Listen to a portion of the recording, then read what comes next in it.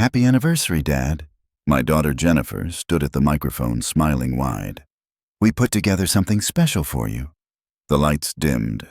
The projector flickered on. And there I was on the screen, 72 years old, struggling to figure out how to unmute myself on a Zoom call. Everyone laughed. My son Brandon had recorded it, saved it. The video kept playing. Me asking Jennifer 3 times how to attach a PDF to an email. Me trying to use Apple Pay at the grocery store while the line backed up behind me. Me, confused and fumbling, set to cheerful music like a blooper reel. My late wife Helen's family watched. My old colleagues from the firm watched. 47 people in that banquet hall, watching my children mock me. I sat there, didn't move, didn't smile. Because what they didn't know was that I'd made some changes to certain documents the week before. What they were about to discover would make this anniversary memorable for entirely different reasons. Before we continue, please subscribe to the channel and write in the comments what time it is where you are now. The video compilation lasted 8 minutes. That's how much material they had. Brandon and Jennifer, my 2 accomplished children, had spent time editing together clips of their father being old and confused. They'd added transitions, sound effects, a laugh track in places. Remember when Dad tried to order groceries online and accidentally bought 40 cans of cat food? Jennifer's voice on the audio. He doesn't even have a cat. The room erupted. I'd been trying to order tuna. The website interface changed. I clicked wrong. Next clip. Me at Brandon's house, asking where the thermostat was. It's on the app, Dad. I showed you 3 times. His voice dripping with exasperation. The camera zoomed in on my face, confused, squinting at my phone. I glanced at my daughter. She was laughing, wiping tears from her eyes. My son had his arm around his wife Erica, both grinning. This anniversary party was their idea. 50 years since you started the firm, Dad. We should celebrate. I'd assumed they meant celebrate my career. 32 attorneys working under me before I retired. 7-figure settlements. Cases that set precedents. Instead, they'd made a highlight reel of my technological incompetence. The final clip played. Me on FaceTime with my granddaughter Emma, holding the phone too close. My face distorted, filling the entire screen. Emma, can you hear me? The screen is black. Her small voice. Grandpa, you covered the camera with your finger again. The room roared. Someone actually applauded. The lights came back up. Jennifer returned to the microphone. We love you, Dad. You're the best sport. She blew me a kiss. I stood, set my napkin on the table, walked out of the banquet hall. Didn't say goodbye, didn't make a scene. Just left. My hands were steady as I drove home. That surprised me. The house was dark, empty. Had been for 3 years since Helen passed. Same house where we'd raised Jennifer and Brandon. Same kitchen table where I'd helped them with homework. Same living room where we'd celebrated every milestone. I sat in my chair, the leather one Helen had given me on our 30th anniversary. Worn smooth now. My phone buzzed. Jennifer. Dad, where did you go? We're about to cut the cake. I stared at the message. No apology, no acknowledgement. Just confusion that I'd left my own humiliation party early. I didn't respond. Another buzz. Brandon. Seriously? You're really upset about some harmless videos? Harmless. I opened my laptop. The one Brandon had set up for me 2 years ago, showing me, with theatrical patience, how to use the email program, taking 30 minutes to explain what I already understood, talking slowly like I was a child. I pulled up my banking history. The numbers glowed in the dim room. $4,200 to Brandon.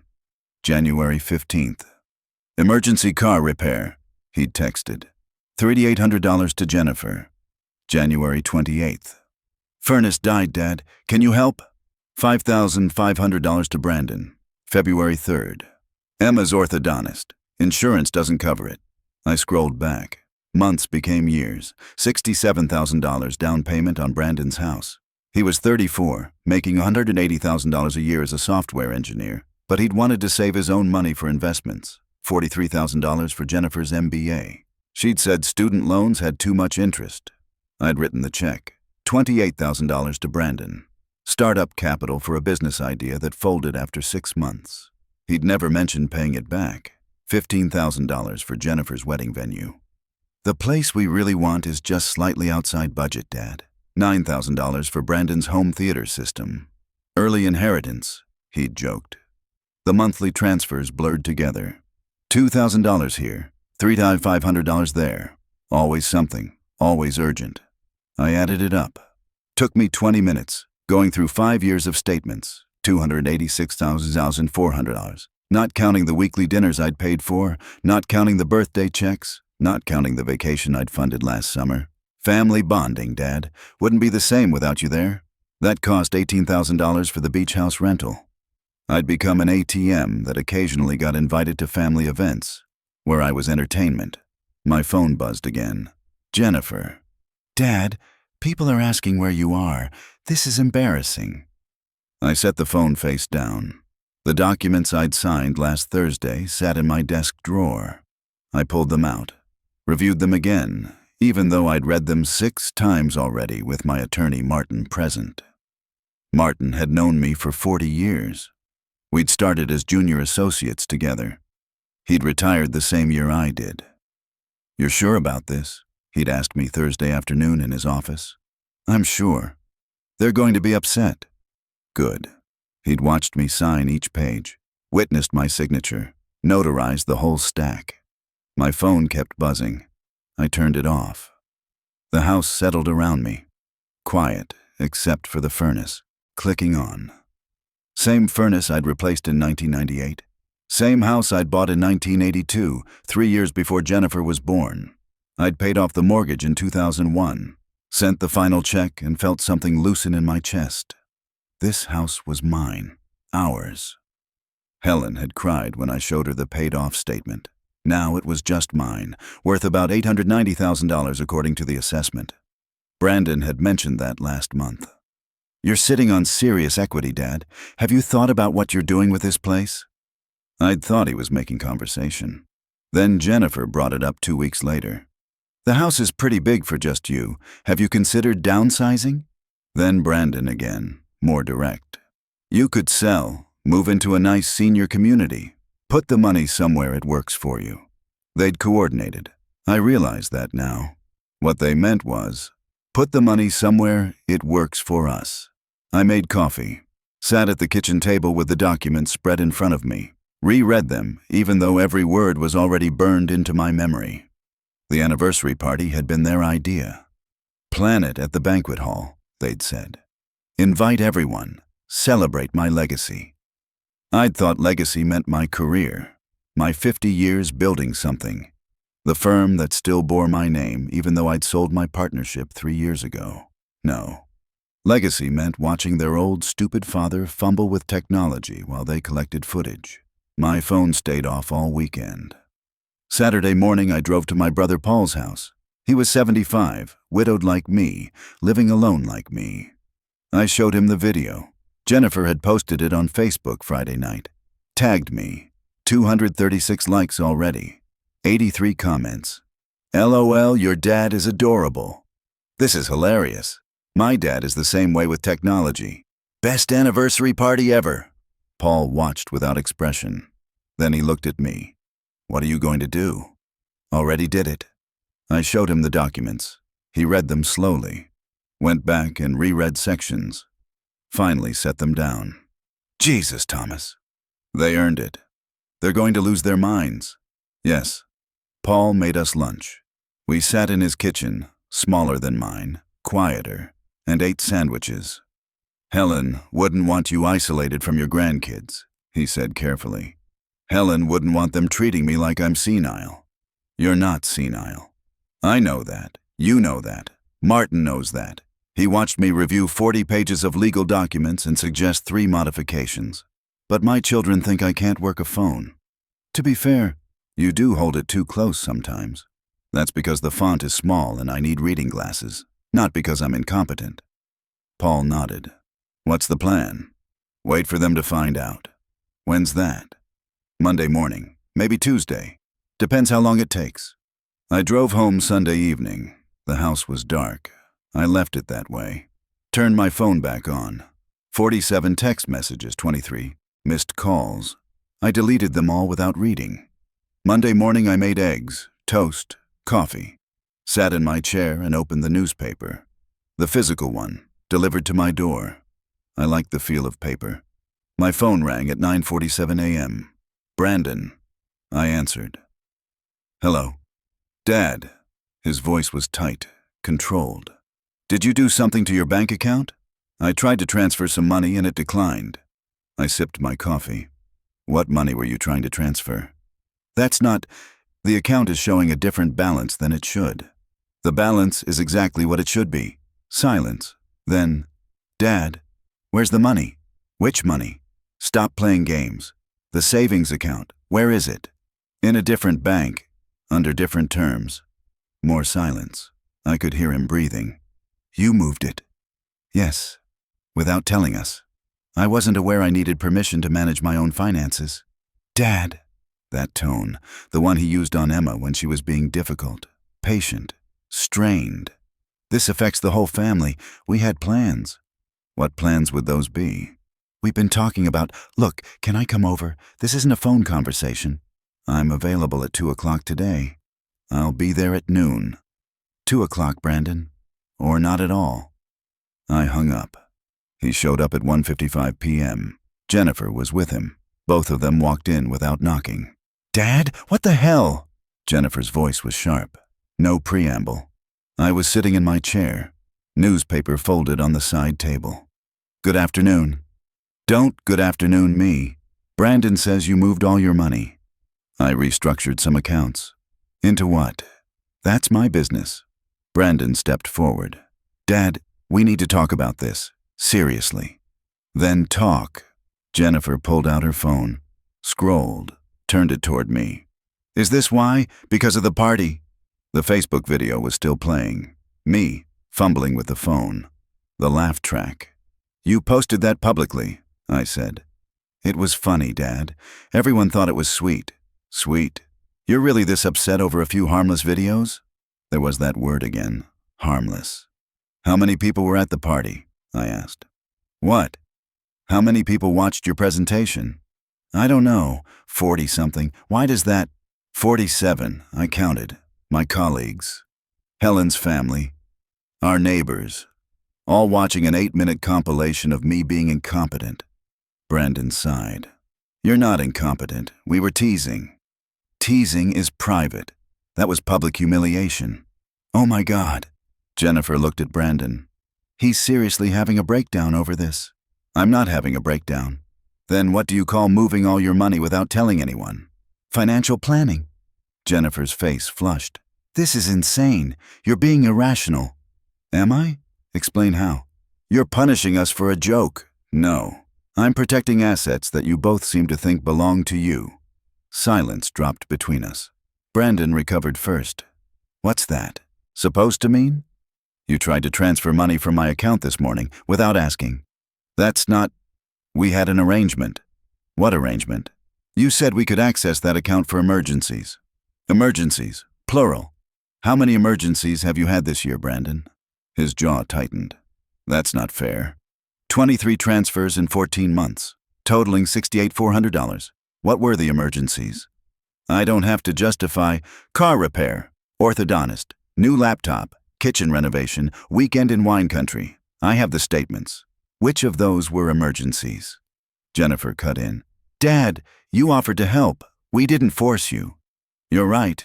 I offered, and you took, and then made me entertainment at my own anniversary party.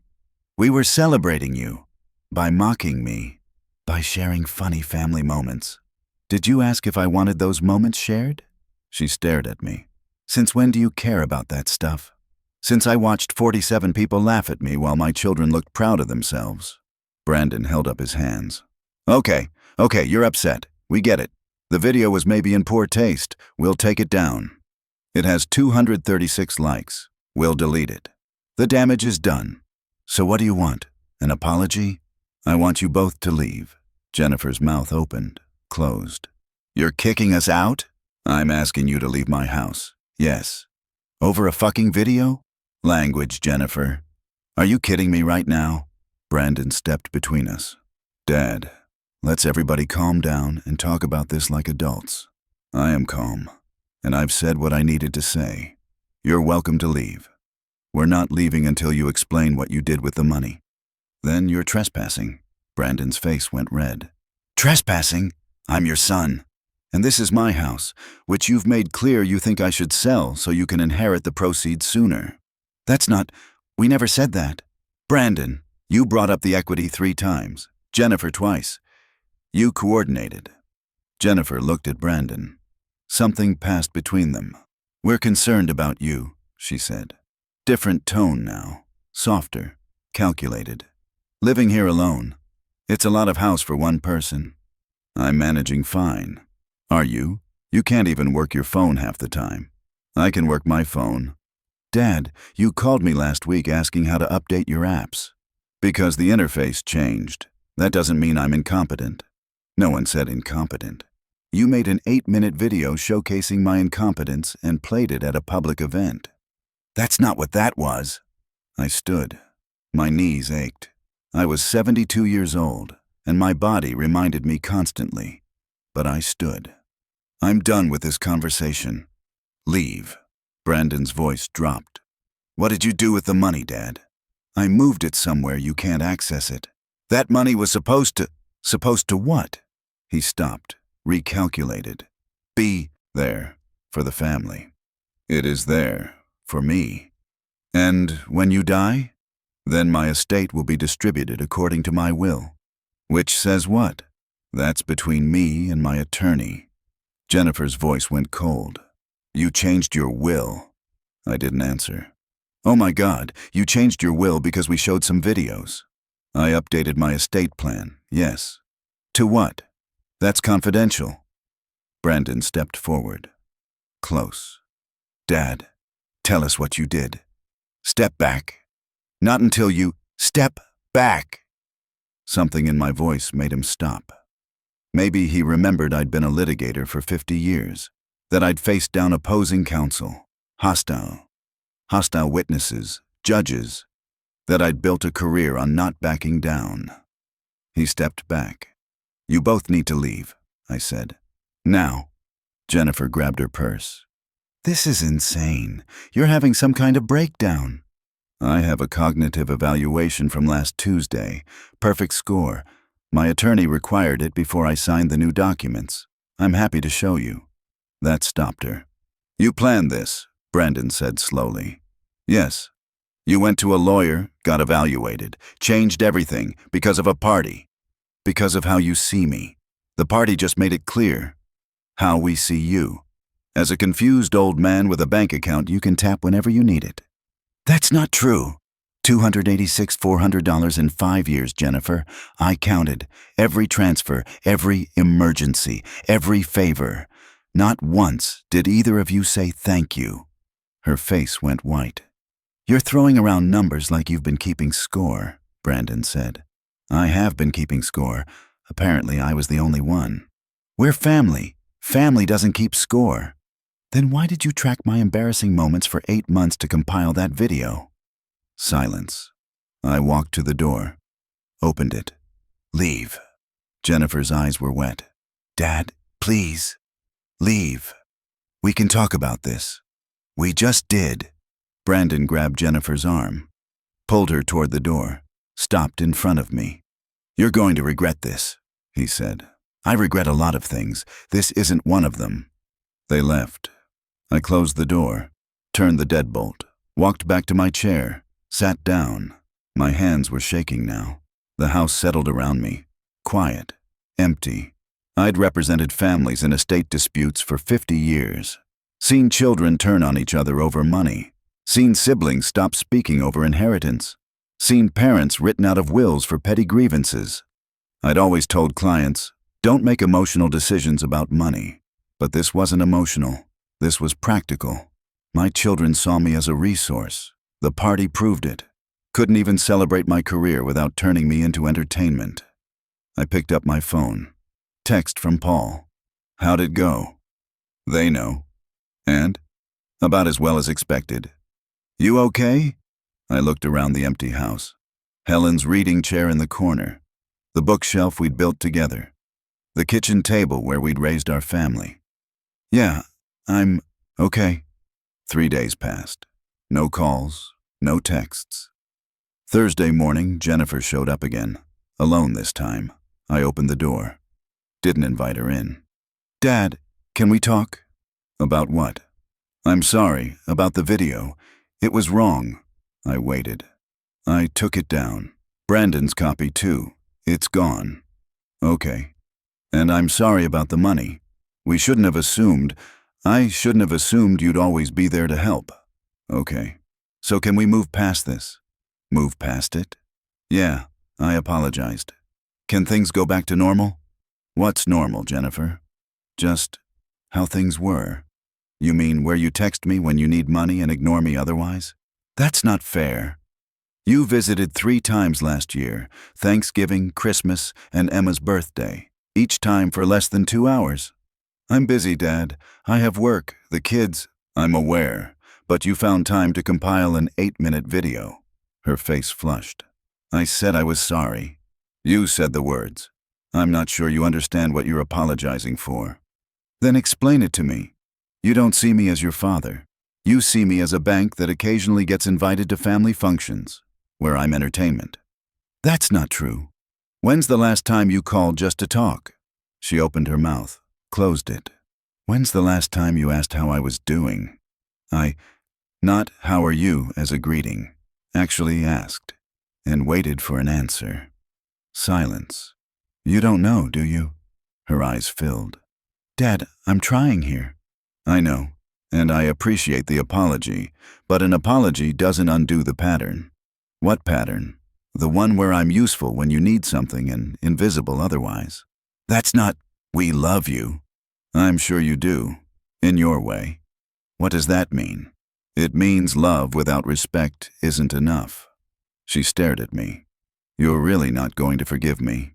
I didn't say that. Then what? I need time and space, and for you to understand that things have changed. Because you changed your will. Because I recognized what this relationship actually is. Which is what? Transactional. The word hung between us. I'm your daughter, she whispered. Yes, and I'm your father, not your ATM. She turned, walked to her car, stopped halfway. We're not bad people, Dad. I never said you were. Then why are you punishing us? I'm not punishing you. I'm protecting myself. She got in her car, drove away. I closed the door. Friday night, Brandon called. I answered. Dad, Jennifer told me you two talked. Yes. She's pretty upset. I imagine so. Look, I get it. We screwed up. The video was stupid. We should have asked before sharing those moments publicly. Yes. So, what do we do to fix this? Give it time. How much time? I don't know. Dad, come on. You can't just freeze us out. I'm not freezing you out. I'm establishing boundaries. By cutting off our access to money? You never had access. You had my permission, which I've revoked. That's the same thing. No, it's not. Long silence. Fine, Brandon said. You want space? You got it. But don't expect us to come running when you need help. I won't. You're 72 years old, living alone. You're going to need help eventually. Then I'll hire someone. Jesus Christ, Dad, we're your family. Then act like it. I hung up. Saturday morning, I drove to the cemetery. Helen's grave was in the northeast corner. Oak tree overhead. She'd liked oak trees. I sat on the bench someone had donated, looked at her headstone. Helen Marie Sullivan, beloved wife, mother, and friend, 1948 to 2021. I changed the will, I said. You'd probably tell me I'm being harsh. The wind moved through the oak tree. Leaves rustled. They made a video. 8 minutes of me being stupid. Showed it at the anniversary party. Everyone laughed. A crow landed near the headstone. Looked at me. I know what you'd say. They're your children. You only get one family. Forgiveness matters. The crow hopped closer. But you also told me respect matters. That love without respect is just obligation. The crow flew away. I sat there for an hour, maybe longer. When I left, I stopped at the florist. Bought flowers for Helen's grave, white roses her favorite. The woman at the counter recognized me. "Mr. Sullivan, nice to see you." "You too, Margaret. These for Helen?" "Yes." She wrapped them carefully. "How are the kids?" "Complicated." She nodded. Didn't push. I liked Margaret. Sunday morning, Paul called. "Brandon called me," he said. "Of course he did. Asked me to talk sense into you." "And?" "I told him I thought you were making sense already." "How'd that go?" "He said you're being manipulative, playing victim." "Interesting interpretation." "He also said you're cutting them out of your will entirely." "I didn't say that." "So you're not?" "I didn't say that either." Paul laughed. "You're enjoying this." "Parts of it." "What's the actual plan?" I told him. He was quiet for a long time. "That's either brilliant or cruel," he finally said. "Can't it be both? Helen would kill you.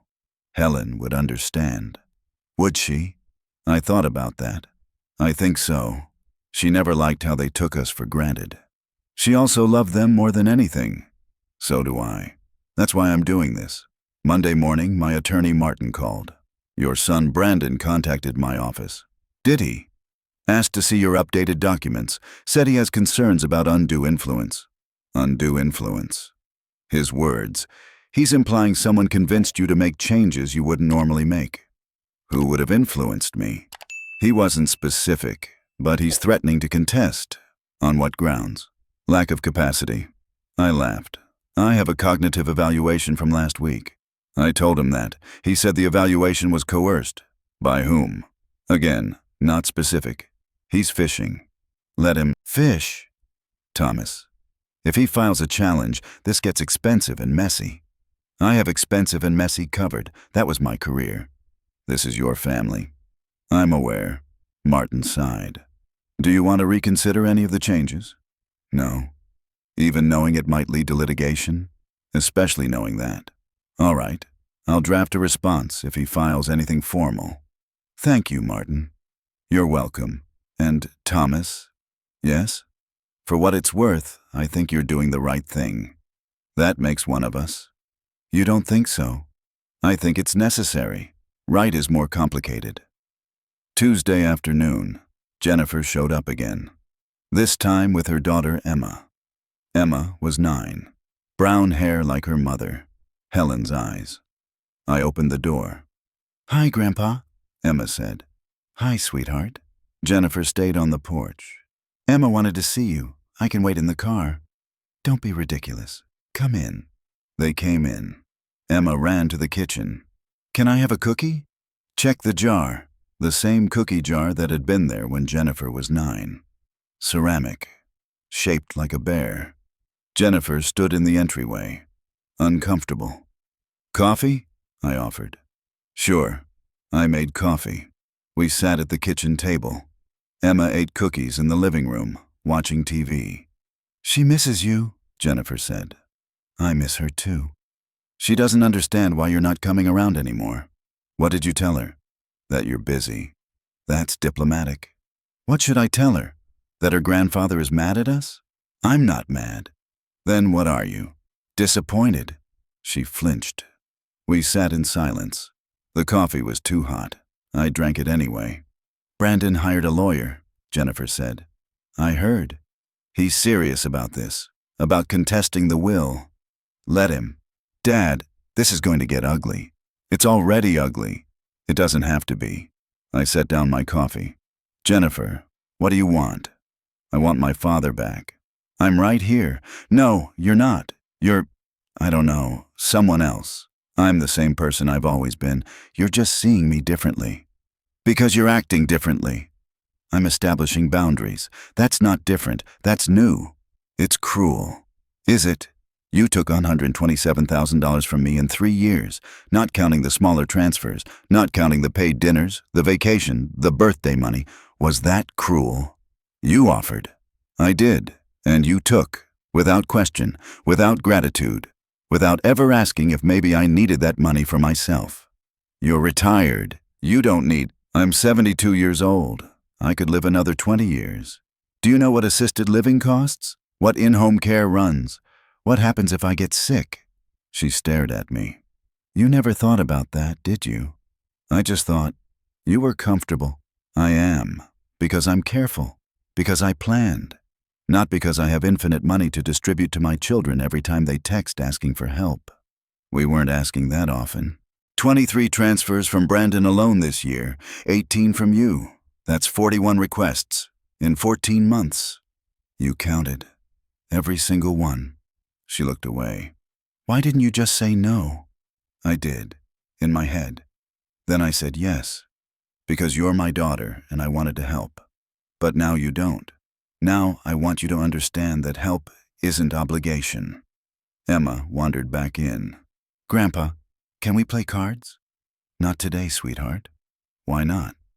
Your mom needs to get going soon. Jennifer stood.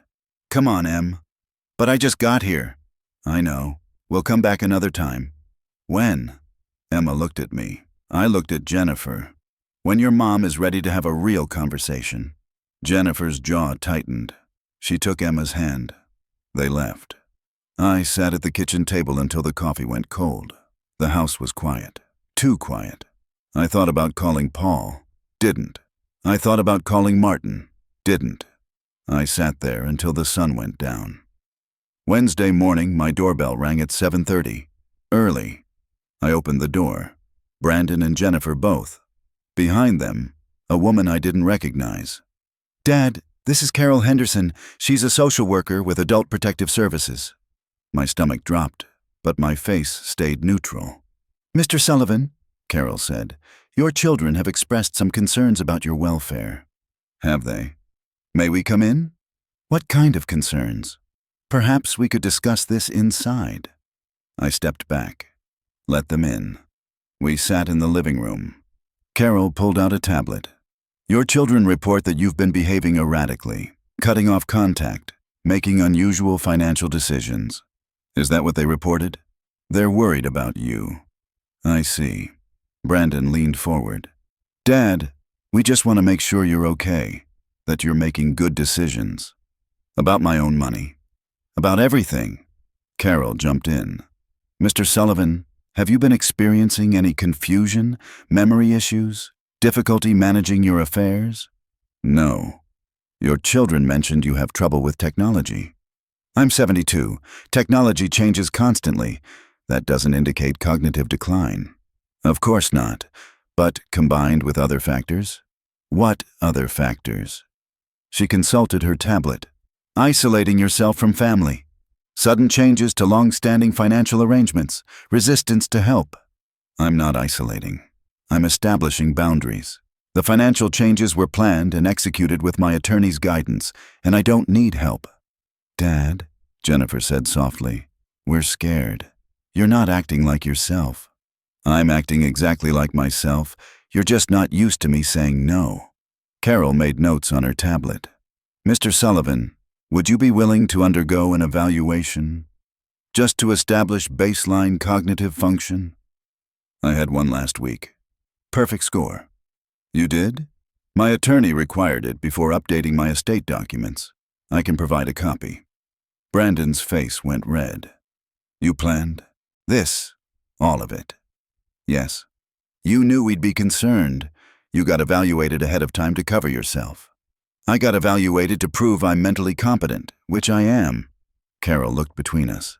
Sounds like there's some family conflict here. Very observant, I said. Mr. Sullivan, I'm going to need to see that evaluation, and I'd like to speak with you privately, if that's all right. Of course. Brandon and Jennifer went outside. Carol stayed. Mr. Sullivan, she said quietly, off the record, are you safe? Completely. Are your children threatening you? Coercing you in any way? No. They're upset that I've stopped giving them money and changed my will. I see. They're using Adult Protective Services to try to establish that I'm incompetent. So they can contest my estate planning. She nodded slowly. That's not what APS is for. I know. Do you have the evaluation report? I got it from my desk, handed it to her. She read it carefully. This is thorough, recent, no red flags. No. And your attorney's information is here? Martin Reeves. His contact information is on the letterhead. She made notes. Mr. Sullivan, I'm going to speak with your children. Explain that you're clearly competent to make your own decisions. I'll also clarify that APS is not a tool for resolving estate disputes. Thank you. For what it's worth, I see this a lot. Adult children who suddenly become very concerned about their parents' welfare when money is involved. I'm sure you do. She stood. You seem like you have things well in hand. I worked in law for 50 years. I know how to document and protect myself. Good.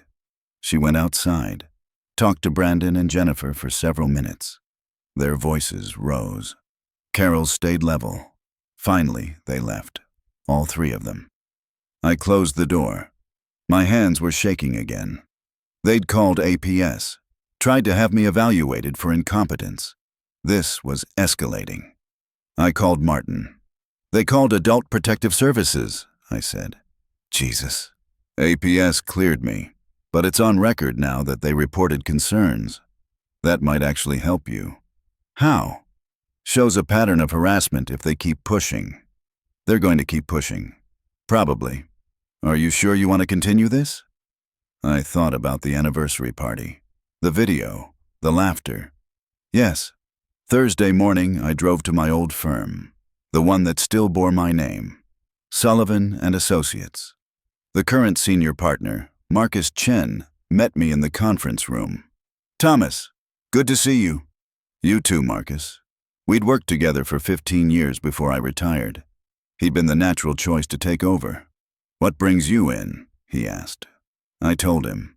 Everything, the party, the video, the money, the will changes, the APS call. He listened without interrupting. When I finished, he leaned back. You're preparing for litigation. Yes. From your own children. Yes. You want the firm to represent, you. If there's no conflict of interest. We've never represented your children. No conflict. Then yes, I want representation. Thomas, are you sure? This is going to be expensive and painful. I have money, and I've been in pain before. He studied me. What do you want the outcome to be? I want them to understand they can't manipulate me, can't use the system to bully me into giving them what they want. And if they walk away, then they walk away. You'd be okay with that? I thought about Helen, about 50 years of marriage, about raising Jennifer and Brandon, birthday parties, graduations, weddings, about the last 3 years, the transfers, the requests, the obligation without gratitude, about 47 people laughing at me while my children looked proud. I'd be heartbroken, I said. But yes, I'd be okay with that. Marcus nodded. All right, I'll draw up a retainer agreement. Thank you. Thomas, for what it's worth, I think you're being smart. I've seen too many retired attorneys get taken advantage of by their families because they're too close to see it clearly. You think that's what happened? I think you loved them and helped them, and they mistook your generosity for obligation. And now they're angry you stopped. That's about right. Friday, the Facebook messages started. Jennifer hadn't just taken down the video, she'd posted a new one.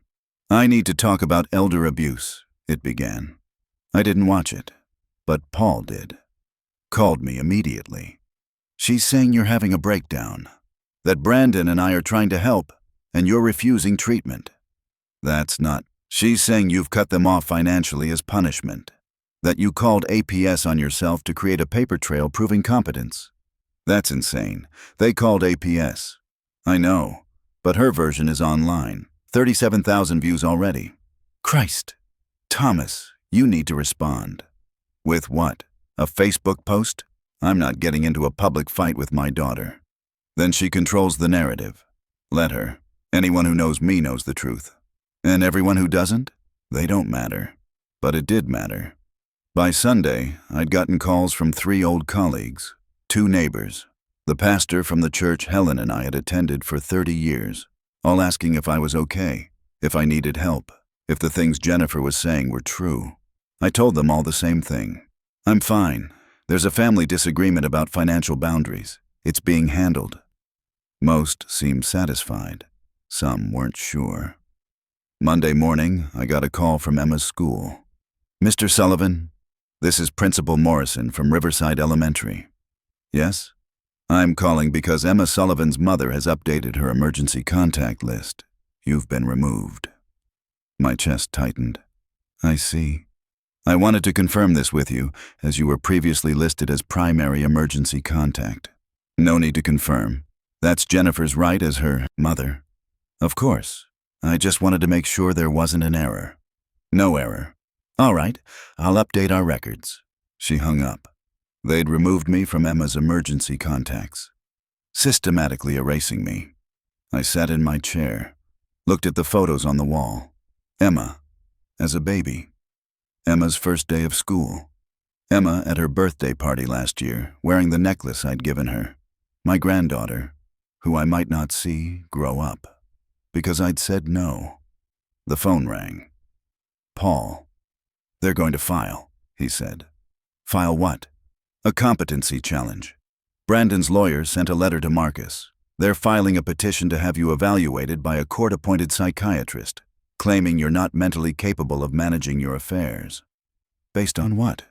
"The APS call, the sudden financial changes, your erratic behavior cutting off contact, Jennifer's Facebook posts documenting your decline. Her posts are lies. They're her perspective, and they're public, and they're building a narrative." I closed my eyes. "When are they filing?" "This week, probably." "Let them." "Thomas, I have documentation, cognitive evaluation, clean APS report, my attorney's testimony. They have Facebook posts and hurt feelings. Judges are sympathetic to concerned children. And I'm sympathetic to concerned children too, when their concern is genuine. This is a money grab dressed up as elder care." Paul was quiet. "You think I'm wrong," I said. "I think you're right. And I think you're going to win. And I think you're going to lose your children in the process." "I already lost them. I just didn't realize it until the anniversary party." Tuesday morning, Marcus called. They filed. Petition for guardianship based on alleged incompetence. Fast. They're motivated. Hearing is scheduled for 3 weeks from today. What do we need?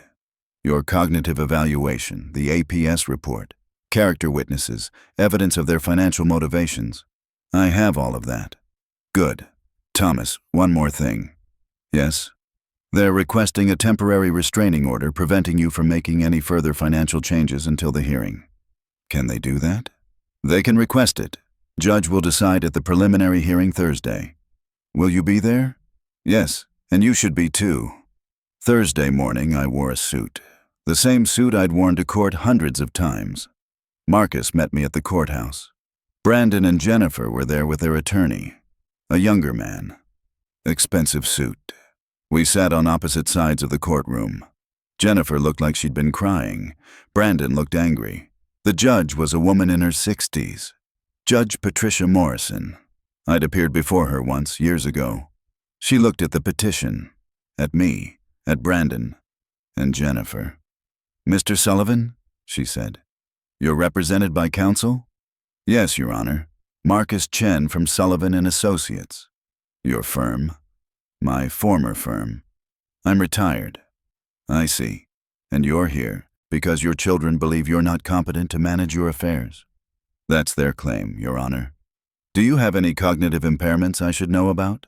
"No, Your Honor. I had a full evaluation last week. Perfect score." "May I see that?" Marcus handed it up.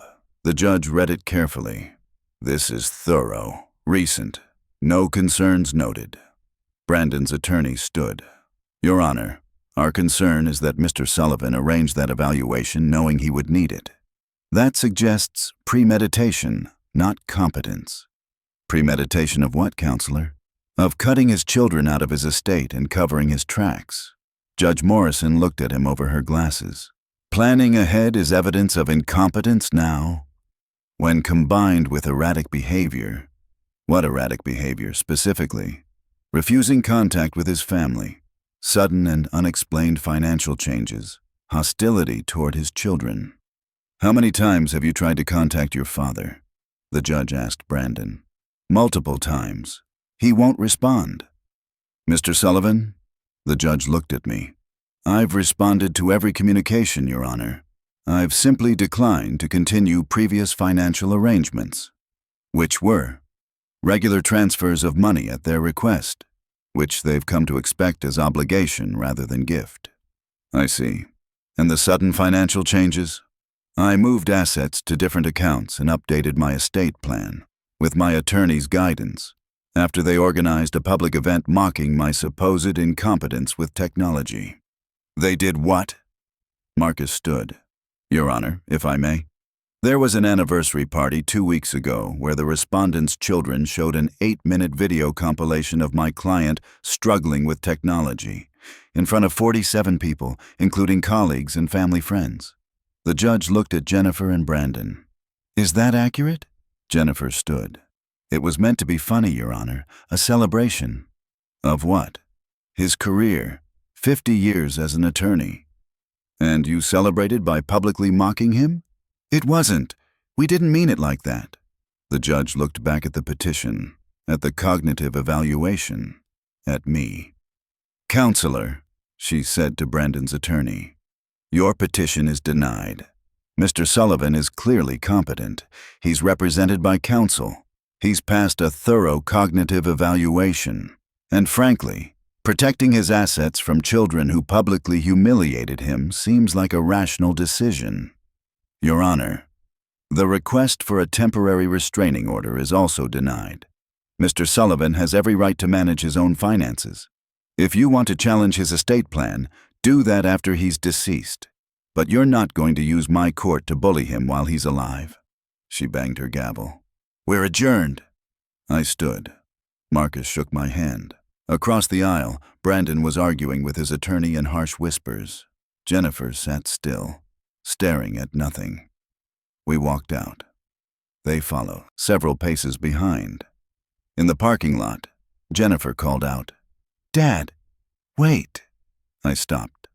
Marcus stayed beside me. I need to talk to you, she said. Go ahead. Alone. Whatever you have to say, you can say in front of Marcus. She looked at Brandon. He shook his head slightly. Fine, she said. We're dropping this. The petition. Everything. Good. But we want to talk, really talk. About what? About fixing this. There's nothing to fix. Things are exactly where they should be. Dad, please, can we sit down? Somewhere neutral? I looked at Marcus. He shrugged. Saturday, I said. 2 p.m. at the house. Your house? My house. My terms. She nodded. Okay, both of us?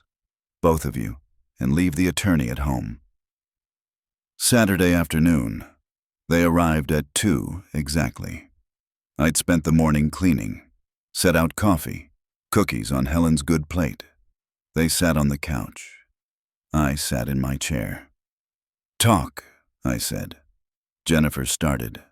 We're sorry, really, genuinely sorry. The video was cruel. We didn't see it that way at the time, but we do now. Okay. And the money. We took advantage. We know that. Okay. Brandon jumped in. We want to make it right. How? We can pay some of it back. Not all at once, but over time. I don't want you to pay it back. They looked at each other. You don't? Jennifer asked. No. It was a gift. I gave freely. That's not the issue. Then what is? The expectation that I would keep giving. The entitlement.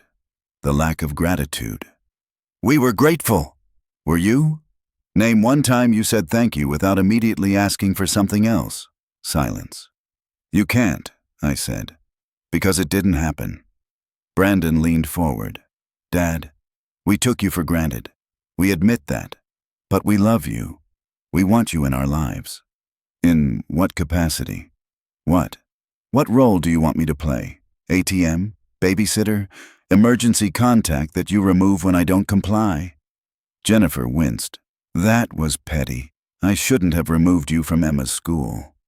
But you did. I was angry. And when you're angry, you weaponize my relationship with my granddaughter. What happens next time I say no? There won't be a next time. Won't there? Brandon stood, paced. What do you want from us? Respect. We respect you. You made a video mocking me and showed it publicly. That's not respect. We apologized. Yes, after I cut off your access to my money. That's not apology. That's strategy. Jennifer started crying. I don't know what you want us to say. I want you to understand that I'm not your resource. I'm your father. And that relationship is supposed to be mutual. It is mutual. When's the last time you helped me with something? Without me asking? Silence. When's the last time you called to check on me? Not because you needed something, but because you wanted to know how I was doing. More silence. That's the problem, I said. This relationship has been one way for years. And I didn't notice because I was too busy trying to help. But the anniversary party made it clear. You don't see me as a person. You see me as a function. Brandon sat back down. So, what now? Now you leave. Think about what I've said. Decide if you actually want a relationship or if you just want access. That's not fair. Life isn't fair. I learned that. Maybe it's time you did too. They left. I sat in my chair until dark. 3 weeks passed. No calls, no texts. I went to the cemetery. Talked to Helen. I might have made a mistake, I told her. Maybe I'm being too hard on them. The oak tree rustled. But I can't keep being their bank. I can't keep pretending that's enough. A squirrel ran across the grass. They're your babies, I know. But they're not babies anymore. They're middle-aged adults who need to understand boundaries. I put fresh flowers on her grave. I miss you. This would be easier if you were here. The wind picked up. Cold, November wind. I drove home. The house was dark when I pulled in. I'd left a light on. I always left a light on. I parked, got out. Brandon was sitting on my front porch. Dad! Brandon, can we talk? I unlocked the door, let him in. He sat at the kitchen table, same table where I'd helped him with homework, where we'd celebrated his graduation, where he'd told me he was getting married. Jennifer wanted to come, he said. I told her to let me try first. Try what? To explain. To really explain. I sat across from him. Go ahead. I'm 37 years old. I make good money. I have a nice house, a family, a career, and somehow I never learned to manage my own finances because you were always there. I waited. That's not your fault. That's mine. But it became a habit. When something came up, I'd think, Dad can help, and you always did. So I never had to learn to say no to myself. Okay. The video. God, Dad, we thought it was funny. We thought you'd laugh. We didn't realize how it looked, how it made you seem, how it made us look. Keep going. We're not bad people. But we've been selfish. We've treated you like a resource because you let us. And when you stopped, we panicked, because we'd built our lives assuming you'd always be there to catch us. And now? Now I'm figuring out how to manage without you. Jennifer, too. We're cutting back, budgeting, actually planning instead of just assuming money will appear. That's good. It's hard, but it's good. He looked at me. Helen's eyes. He had Helen's eyes. I want to be in your life, Dad. Not because of money, because you're my father and I love you. But I understand if you need more time. I do need more time. How much? I don't know. But, Brandon. Yeah? Thank you for being honest. He nodded. Stood to leave. Brandon? Yeah? How's Emma? She misses you. Asks about you. Tell her I miss her too. I will. He left. I sat at the kitchen table until morning. 2 months later, Christmas Eve, the doorbell rang. Emma stood on the porch. Behind her, Jennifer and Brandon. Hi, Grandpa, Emma said. Can we come in? I looked at my children. Did you coach her to say that? No, Jennifer said. She asked to come. We almost said no. Why didn't you? Because she's right. It's Christmas. And family matters. I opened the door. They came in. Emma ran to the tree. Same tree Helen and I had bought 30 years ago. Artificial, but Helen had liked it. You put up a tree, Emma said. I always put up a tree. Mom said you might not this year. Your mom doesn't know everything. Jennifer and Brandon stood awkwardly in the living room. Sit, I said. They sat. I went to the kitchen, made coffee, brought out cookies. When I came back, Emma was showing Brandon the ornaments. This one's from when Mom was little. I remember that one, Brandon said quietly. We sat, drank coffee, ate cookies. Nobody mentioned money. Nobody mentioned the will. Nobody mentioned the video or the court case or the last 4 months. Emma talked about school, about her friends, about the play she was in. Jennifer asked how I was doing. Actually waited for the answer. Brandon told me about work, about a project he was proud of. It felt almost normal. When they left, Emma hugged me. I love you, Grandpa. I love you too, sweetheart. Jennifer stopped at the door. Thank you for letting us come. Thank you for coming. Can we do this again, after Christmas? We'll see. She nodded. Understood. They left. I stood at the window, watched their car pull away. The house was quiet again, but different somehow. I called Paul. They came by, I said. And we had coffee. That's good. It's a start. Is it enough?